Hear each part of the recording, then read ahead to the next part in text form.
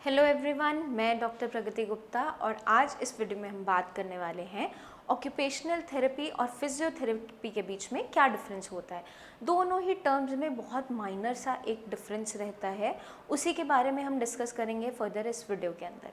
कौन सी कंडीशन में हमें किस तरह की थेरेपी आराम दे सकती है और क्या इनके बेनिफिट्स देखने को मिलते हैं, इसी सब के बारे में हम फर्दर वीडियो के अंदर डिस्कस करने वाले हैं। जब भी किसी को पैरालिसिस होता है, स्ट्रोक होता है, सबसे पहले जब वो डॉक्टर के पास जाता है, उसका जब मैनेजमेंट किया जाता है, उसके बाद क्या कह दिया जाता है, आप रिहैबिलिटेशन करवा लीजिए, आप फिजियोथेरेपी करवाइए। अब पेशेंट की जब कंडीशन ऐसी होती है कि वो बिल्कुल डिपेंडेंट है दूसरों पे, कोई भी छोटा छोटा काम खुद से नहीं कर पा रहा, हर छोटे काम के लिए दूसरे जन पर डिपेंडेंट हो गया है, तो उस कंडीशन में उसकी जब फिजियोथेरेपी स्टार्ट की जाती है, फिजियोथेरेपी के अंदर अक्सर गलती क्या की जा रही होती है, जितने भी पेशेंट्स होते हैं उनमें एफ़र्ट जो लगवाया जा रहा होता है पेशेंट का ना लगवा के जो केयर टेकर होते हैं, फिजियोथेरेपिस्ट होते हैं, वही अपना एफ़र्ट ज़्यादा लगा रहे होते हैं। तो उस कंडीशन में पेशेंट का ब्रेन दोबारा से सीख नहीं पाता है, क्योंकि आपके हाथ पैर में कोई भी बीमारी कभी नहीं थी, आपके मसल्स बिल्कुल ठीक थे। स्ट्रोक होने के बाद ब्रेन में जब भी क्लॉट आया, हेमरेज हुआ, उसके बाद आपकी मांसपेशियाँ दोबारा से काम नहीं कर पा रही हैं। तो समझना ये ज़रूरी है कि जो पैरालिसिस बीमारी है वो हाथ पैर की बीमारी बिल्कुल नहीं है, वो एक ब्रेन का डिसऑर्डर है। ब्रेन के अंदर जब नुकसान हुआ, चाहे क्लॉट से या हेमरेज से, चोट लगने से, तब जाके आपकी बॉडी की फंक्शनिंग में लॉस आया है। तो जब भी आपकी बॉडी की फंक्शनिंग में ये लॉस आया है, इसकी रिकवरी करवाने के लिए ऑक्यूपेशनल थेरेपी मदद ज़्यादा करती है। अब समझना ये ज़रूरी है कि फिजियोथेरेपी और ऑक्यूपेशनल थेरेपी में जो माइनर डिफरेंस है वो है क्या। पहले आप, क्योंकि अगर उसको समझ पाएंगे तभी आगे चल के इस बीमारी का मैनेजमेंट अच्छे तरीके से समझ पाएंगे। तो जो फिजियोथेरेपी होती है उसके अंदर ज़्यादातर काम किया जाता है आपकी मसल की टोन पे, मसल की स्ट्रेंथ पे। तो इसमें क्या देखने को मिलता है, मान लीजिए मेरा राइट हैंड पैरालाइज्ड है, तो पेशेंट को एक्सरसाइजेस कभी कभार क्या करवाई जाती है, उसको दम लगवा रहे होते हैं, आगे मूवमेंट करने के लिए, पीछे करने के लिए मुट्ठी खुलवा रहे होते हैं, बंद करवा रहे होते हैं, हाथ को ऊपर लेके जाया जा रहा होता है, नीचे लेके आते हैं, इस तरीके की एक्सरसाइजेस करवा रहे होते हैं। अब इन एक्सरसाइजेस में नुकसान पूरी तरह से नहीं होता है, लेकिन अगर प्रोलॉन्ग पीरियड के लिए हम इन्हीं एक्सरसाइजेस को कंटिन्यू करते हैं बिना पेशेंट का स्ट्रेंथ लगवाए, तो पेशेंट के अंदर रिकवरी देखने को नहीं मिलती है। इस चीज़ को समझना ज़रूरी है, क्योंकि परेशानी क्या होती है, जब भी हम फिजियोथेरेपी इस तरीके से करवा रहे होते हैं, अपना एफर्ट ज़्यादा लगा रहे होते हैं, ना कि पेशेंट का लगवा रहे होते हैं, उस कंडीशन में मांसपेशियों में ऐंठन और ज़्यादा बढ़ जाती है। अब मान लीजिए आपके राइट हैंड पैरालाइज्ड है, मूवमेंट ज़्यादा नहीं हो पा रही है, तो इस कंडीशन में आप क्या करोगे, जस्ट यहाँ पे सपोर्ट करोगे और पेशेंट को बोलोगे बाहर की तरफ पुश करने की कोशिश करें और अंदर की तरफ हाथ को लाने की कोशिश करें। आपने जस्ट नीचे से सपोर्ट किया है, कोई ज़ोर नहीं लगाया। इस तरीके से एक्सरसाइज करवाने से पेशेंट की मांसपेशियों में ऐंठन आती है, नुकसान देखने को मिलता है, दर्द होना शुरू हो जाता है। अब ये समझना ज़रूरी है कि इस तरीके से करवाई हुई एक्सरसाइज क्यों बेनिफिट नहीं दे पाती है। इन्हें बोलते हैं पैसिव एक्सरसाइजेस। पैसिव एक्सरसाइजेस वो होती हैं जिसके अंदर पेशेंट का कुछ भी एफर्ट अपना नहीं लग रहा होता है, जो एक्सरसाइज करवा रहा होता है उसकी खुद की ही एक्सरसाइज हो रही होती है, क्योंकि एफर्ट केयर टेकर या फिजियोथेरेपिस्ट लगा रहा होता है। अब इस कंडीशन में नुकसान इसलिए देखने को मिलता है क्योंकि पेशेंट खुद से अपनी मांसपेशियों को मूव करने के लिए ब्रेन से कमांड नहीं भेज रहा है, क्योंकि हम खुद से ही हाथ पैर की मूवमेंट करवा रहे हैं। तो उस कंडीशन में पेशेंट का ब्रेन दोबारा से सीख नहीं पाता। इन्हीं पोजीशन में ऑक्यूपेशनल थेरेपी का बहुत ज़्यादा रोल होता है। अब ऑक्यूपेशनल थेरेपी और फिजियोथेरेपी में जो माइनर सा डिफरेंस है वो इतना ही है कि आपको कुछ ऐसी एक्टिविटीज़ दोबारा से ब्रेन को सिखानी है जिससे आपकी फाइन मोटर स्किल्स भी वापस आने लगे, आप अपने काम करने के लिए इंडिपेंडेंट होते चले जाओ। मान लो अगर कोई पहले हाउसवाइफ थी, उसे पैरालिसिस हो गया है, तो अब जो भी वो काम पहले करती थी, ब्रेन में कहीं ना कहीं उसकी मेमोरी बनी हुई है। आप जब उस एक्टिविटी को दोबारा से करवाओगे पेशेंट से, तो ब्रेन दोबारा से सीखता है और हाथ की मूवमेंट को वापस लाने की कोशिश खुद से करता है।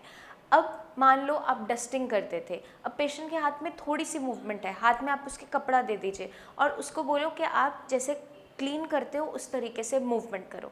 तो इसी तरीके की मूवमेंट जो एक्सरसाइज है एक्टिविटी के फॉर्म में, वो ज़्यादा मदद कर पाती है पेशेंट को रिकवरी लाने में, ना कि हमारी खुद की करवाई हुई एक्सरसाइजेस। इनिशियली जब पेशेंट बेड रिडन होता है, कुछ भी मूवमेंट खुद से नहीं कर पाता है, उस केस में जो आपकी पैसिव एक्सरसाइजेस है जिसमें एफर्ट केयर टेकर ज़्यादा लगा रहा होता है, वो कहीं ना कहीं थोड़ा बहुत हेल्प कर जाती हैं। लेकिन वंस द पेशेंट इस कंडीशन में आ चुका है, जब वो थोड़ा थोड़ा मूवमेंट कर रहा है, उठ बैठ पाता है, चल पाता है, उस कंडीशन में हमें उसको वो एक्टिविटीज़ करवानी है जो उसके ब्रेन में ऑलरेडी स्टोर्ड है मेमोरी की तरह। अब कोई मान लो पहले शेफ़ था, चॉपिंग का काम करता है, कुकिंग का काम करता था, तो आप उसको दोबारा से नाइफ़ दो हाथ में, अगर वो होल्ड कर पाता है, और उसे बोलो कि वेजिटेबल्स को आप चॉप करने का कोशिश करोगे। अब उससे बेनिफिट क्या होगा, पेशेंट ग्रैब तो कर लेता है, हाथ में ग्रिपिंग भी है, बहुत फाइन मोटर स्किल्स नहीं है पेशेंट के पास जिससे फाइनली वो चीज़ों को चॉप कर सके। लेकिन हम ब्रेन को जब दोबारा सिखाते हैं, याद दिलाते हैं, तो वो कहीं ना कहीं प्रैक्टिस के साथ साथ ये सीखता चला जाता है। तो जब भी हम पेशेंट को वो एक्टिविटीज़ करवाते हैं जो ऑलरेडी उसने सीख रखी हैं, उसके माइंड के अंदर सबकॉन्शियस माइंड में स्टोर्ड है मेमोरी की तरह, तो वो रिकवरी लाने में मदद और ज़्यादा करती चली जाती है। इसलिए जब भी पेशेंट को हम एक्सरसाइज करवाते हैं, वो इस एक्टिविटी के फॉर्म में होनी चाहिए। अब मान लो पेशेंट को घूमना बहुत पसंद है, आप उसको अगर एक ही तरह से एक जगह वॉक करवाते रहोगे बार बार, वो थक हार के अपनी एक्सरसाइज करना छोड़ देता है। अब हमें उसे माइंड को एंगेज भी करना है, एक्टिविटी भी करवानी है, ब्रेन को दोबारा सिखाना भी है, तो उसे आप बाहर वॉक करने ले जाओ, घुमाते घुमाते जहाँ उसका मन था घूमने का वहाँ तक उसको वॉक करवा के ले गए, वापस आए। उससे क्या होगा, माइंड भी डाइवर्ट रहा, उसने वो एक्टिविटी भी कर ली और हमारा काम भी हो गया। हमें क्योंकि एक्सरसाइज से मतलब है, तो पेशेंट को हमें ब्रेन को दोबारा से ट्रेन करवाने वाली एक्टिविटीज़ देनी है।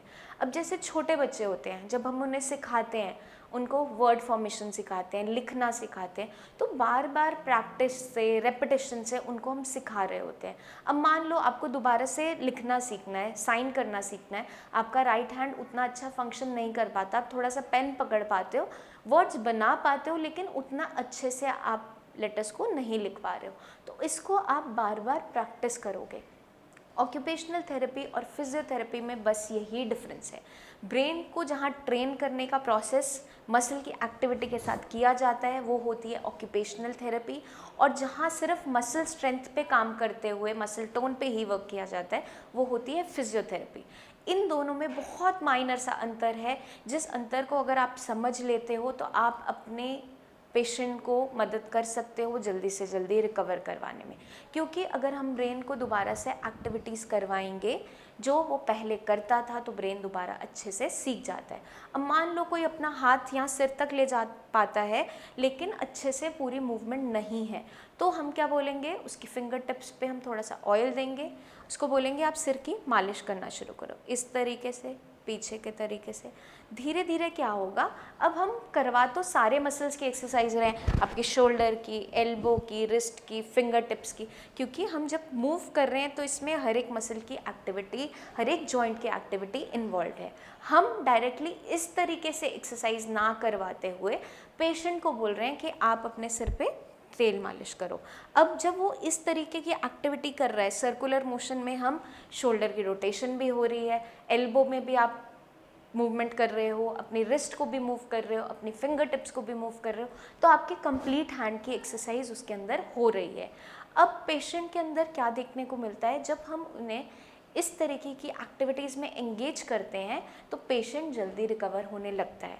अब मान लो कोई हाउसवाइफ थी, वो कुकिंग बहुत अच्छे से करती थी, तो आप उसे, उसके हाथ में कुछ कुछ मूवमेंट है कि वो बेलन को रोल कर पाती हैं, तो उसके दोनों हाथ में बेलन पकड़ते हुए वो रोटी को बेलने की कोशिश करेंगे। उससे क्या बेनिफिट मिलेगा कि ब्रेन के पास वो मेमोरी ऑलरेडी है, जब हम उससे वो एक्टिविटी करवा रहे हैं तो वो मूवमेंट वापस लाने की कोशिश करता है।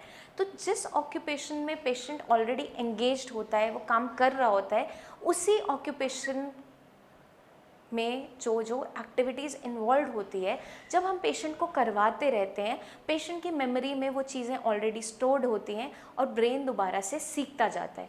ब्रेन के साथ एक ही काबिलियत है ब्रेन के पास कि वो रेपिटेशन से बहुत अच्छे से काम कर पाता है किसी भी उम्र में, चाहे छोटा बच्चा हो, चाहे कोई एजड पर्सन हो, चाहे कोई बहुत ज़्यादा मिडिल एज पर्सन है या कोई बड़े बुजुर्ग हैं, सब में रिकवरी देखने को मिलती है, वो इसी तरीके से मिलती है।